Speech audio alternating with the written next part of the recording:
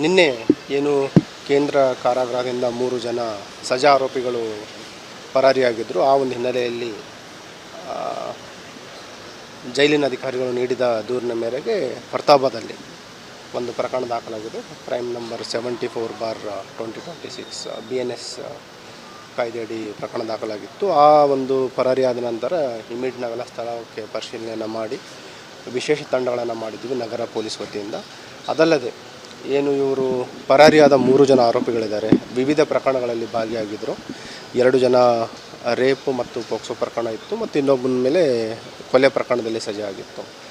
3 ಜನ ಮೂಲತಃ ಬೀದರ್ ಜಿಲ್ಲೆಯವರಾಗಿದ್ದರು. ಹಾಗಾಗಿ ಕಲಬುರಗಿ ನಗರ ಪೊಲೀಸ್ ವತಿಯಿಂದ ಮತ್ತು ಈಶಾನ್ಯ ವಲಯದ DIG ಮತ್ತು SP ಕಲಬುರಗಿ, SP ಬೀದರ್ ಮತ್ತು SP ಯಾದಗಿರಿ ಎಲ್ಲರಿಗೂ ಕೂಡ ನಾವು ಇಂಟರ್ ಡಿಸ್ಟ್ರಿಕ್ಟ್ ಕೋಆರ್ಡಿನೇಷನ್ ಟೀಮ್ಸ್ಗಳನ್ನು ಮಾಡಿ ಕಾರ್ಯಾಚರಣೆಯನ್ನು ಸ್ಟಾರ್ಟ್ ಮಾಡಿದ್ವಿ.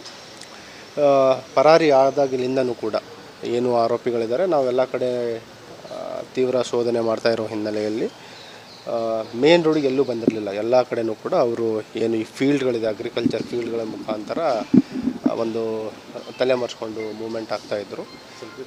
ನಮ್ಮ ಮಾಹಿತಿ ಪ್ರಕಾರ ಏನಾಗಿದೆ, ಇವರು ಏನು ಪರಾರಿ ಆದ ನಂತರ ಫಸ್ಟ್ 2 ಟೀಮ್ ಸ್ಪ್ಲಿಟ್ ಆಗ್ತಾರೆ. ಆಮೇಲೆ 2 ಜನ ಏನು ಮೂವ್ಮೆಂಟ್ ಆಗ್ತಾರೆ ಅವರು ಕೂಡ ಮತ್ತೆ ಸ್ಪ್ಲಿಟ್ ಆಗಿ ಒಬ್ಬಂಟಿಯಾಗಿ ಓಡಾಡ್ತಾಯಿದ್ರು.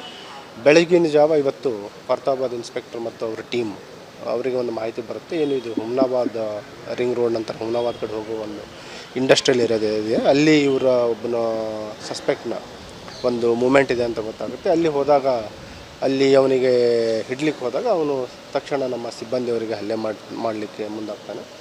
ಆ ಸಂದರ್ಭದಲ್ಲಿ ಅವನಿಗೆ ಸರೆಂಡರ್ ಆಗಿ ಅಂತ ಹೇಳಿದ್ರು ಕೂಡ ಅವನು ಸರೆಂಡರ್ ಆಗಲ್ಲ ಮತ್ತು ಗಾಳಿಯಲ್ಲಿ ಒಂದು ರೌಂಡ್ ಫೈರ್ ಮಾಡಿ ಅವನ ಮೇಲೆ ಒಂದು ಆತ್ಮರಕ್ಷಣೆಗೋಸ್ಕರ ಸೆಲ್ಫ್ ಡಿಫೆನ್ಸ್ಲಿಂದ ಫೈರ್ ಮಾಡಿದ್ದಾರೆ.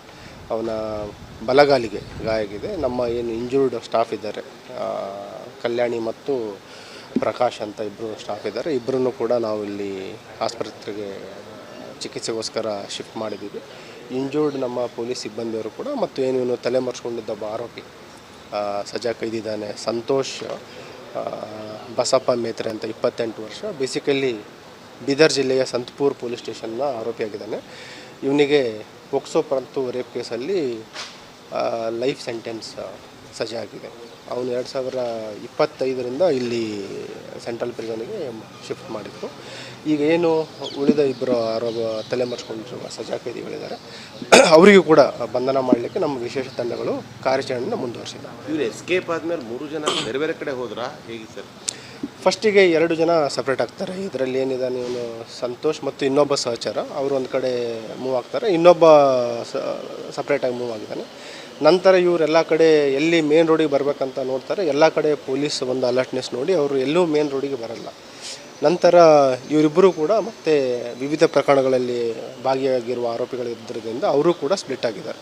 ಹಾಗಾಗಿ ಏನು ಉಳಿದ ಆರೋಪಿಗಳು ಇಬ್ಬರು ಇದ್ದಾರೆ, ಅವರು ಕೂಡ ಸಪ್ರೇಟಾಗಿ ಮೂವ್ ಆಗ್ತಾ ಇರೋ ಬಗ್ಗೆ ಮಾಹಿತಿ ಇದೆ. ಆದಷ್ಟು ಬೇಗ ಅವರನ್ನು ಕೂಡ ನಾವು ಬಂಧಿಸ್ತೇವೆ.